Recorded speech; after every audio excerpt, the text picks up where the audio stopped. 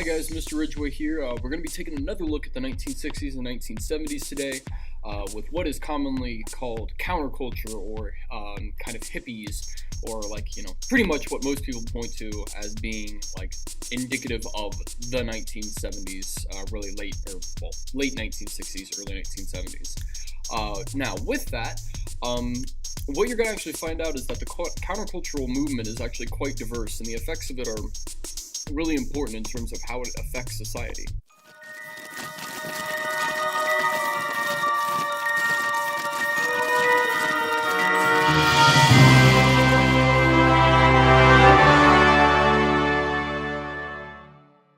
When most people point to the actual kind of rebellious late 1960s, they really point to this, and it's these young, middle-class, white kids who basically have not grown up during the Depression, but have mostly spent their lives being either baby boomers or kind of around that age.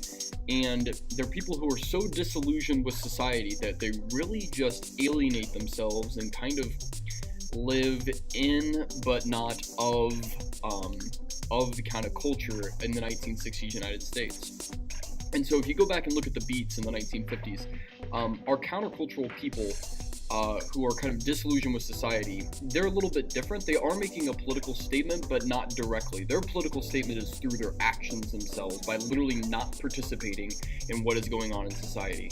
And so for them, it's really just being kind of turned off for what they see. So like the Vietnam War, racism, the demands that have been put on them by their parents, or the in loco parentis issues. And so how do they get away from it? They live differently.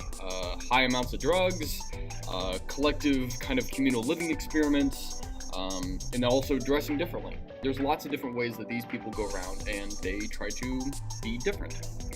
The best example of this we have is the Woodstock Festival in New York, where the people who set up the music concert and / recording opportunity expect only about 2,100 people, 2,200 people, and then about 500,000, 500,000 people show up for this, basically what a historian has called good music, cheap marijuana, and casual sex for like an entire weekend.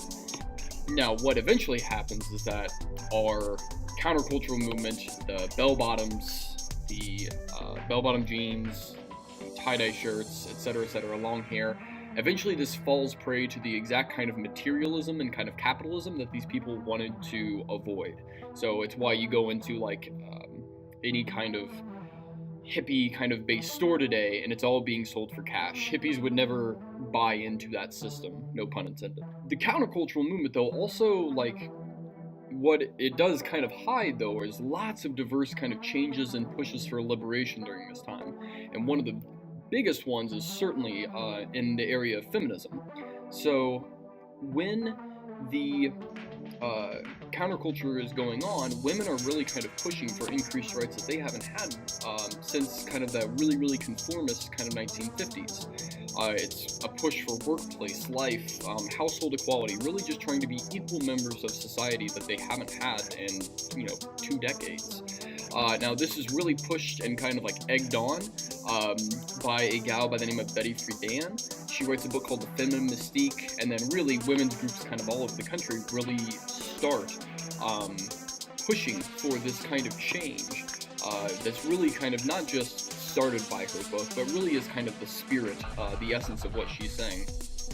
Now, what Friedan says is that she says the 1950s, this is a direct quote, is a comfortable concentration camp, which basically women go there and they stagnate in gossip with neighbors. They don't have any intellectual chances to develop themselves. They sit in front of daytime television.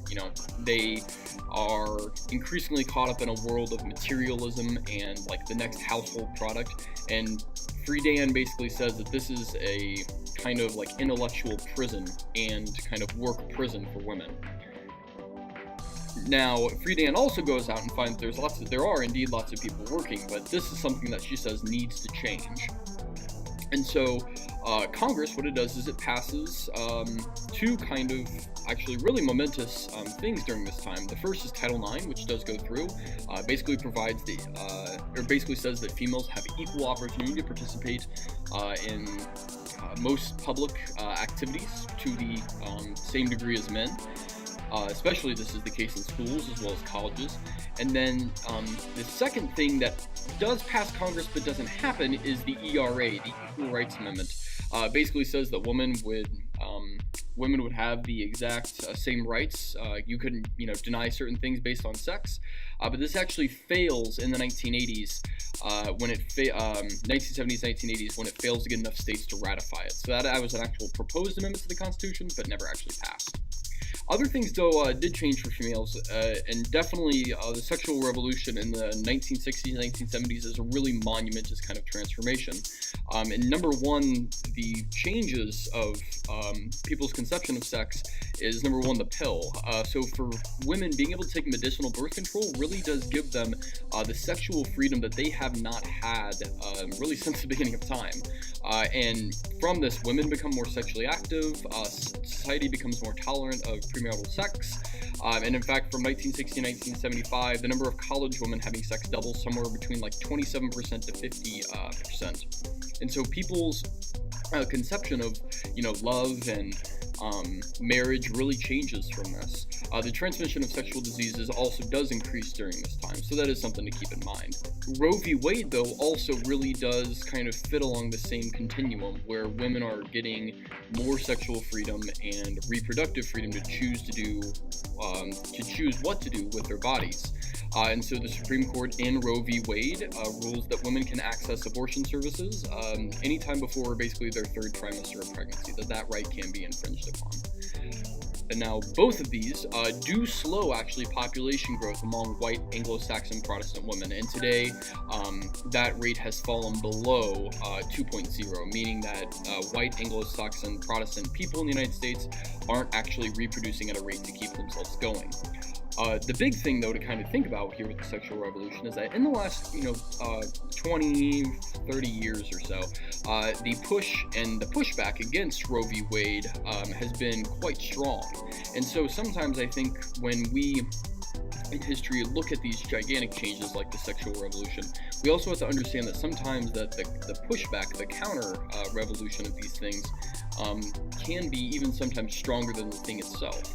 And certainly I think we can probably say in the last 20 or 30 years that the ability for women to get an abortion since Roe v. Wade has become more restrictive, for better or worse, depending on what you think about that. Just as something, keep in mind that always progress doesn't necessarily march forward, if that's the way that you see history.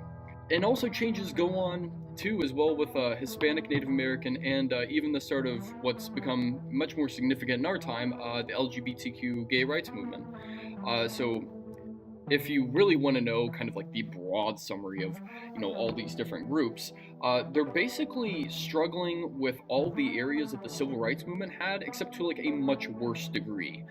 So Hispanic and Native Americans, it's like the areas that that basically MLK and Black Power were all concerned about. Housing, hiring, the education practice. For LGBTQ Americans, this is even worse because it's things that you can't take into mind, or that you couldn't take into mind, that, for example, like if your spouse died, there would be no insurance, or you wouldn't have visitation rights to go visit your, husband or wife.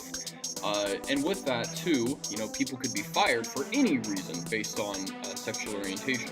So some examples that we have for people pushing for these rights are Cesar Chavez forming the United Farm Workers to protest basically for Mexican-American migrant workers. He's very famous for a grape strike that goes on for a while until he gets more concessions in California and other places.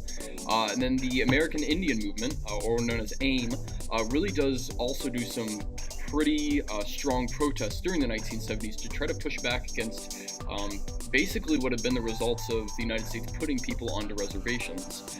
So things like alcoholism, crime, and then just kind of like the general condition of some of the reservations that Native Americans have been put on. Now, in terms of the gay rights movement, it really does start here during this time when the New York Police Department raids a a male gay bar called the Stonewall Inn. Now, most people nowadays kind of point back to this being the start of the LGBTQ rights movement. But you also have to understand that as this movement in and of itself is getting more visible during this time, is it to say that this is the exact start of it? Maybe, maybe not. But the weekend of riots that really dominated the area around Stonewall certainly brought visibility, and for gay rights to get going, the one thing that they needed was visibility. So certainly a significant event, but it's always difficult to look back at things and say, that was the exact moment that everything changed. So lots of big, gigantic transformations that have been happening in American society. And again, it's when we say counterculture, it's not just this pushback against this hippie pushback against trying to be disillusioned from society. It really is kind of a more complex and multifaceted push for different kinds of areas of liberation and rights, kind of across the spectrum. So until then, I'll see you later, and bye-bye.